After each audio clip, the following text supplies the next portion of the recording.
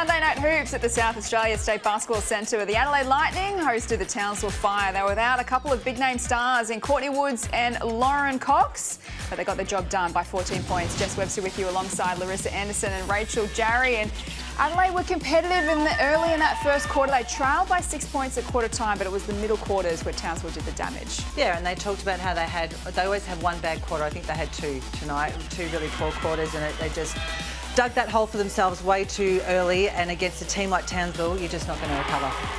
And you knew that Townsville were going to come out and adjust because they've had a couple of games that they wouldn't have really liked. So we heard Shannon talk pre-game that they wanted to get back to playing their style of basketball, and they certainly did that. We saw them move the ball so well, find open shooters, get extra passes, get the great shot that they know they can get. And you know, a little drives like that were just a little bit too easy to come by for Townsville, but they certainly found their form. 4 players in double figures tonight. Mila Soa led the way with 18 points. But the highlight for us tonight from the Townsville Fire, Chloe Forster off the bench with 12 points. Talk to me about her game.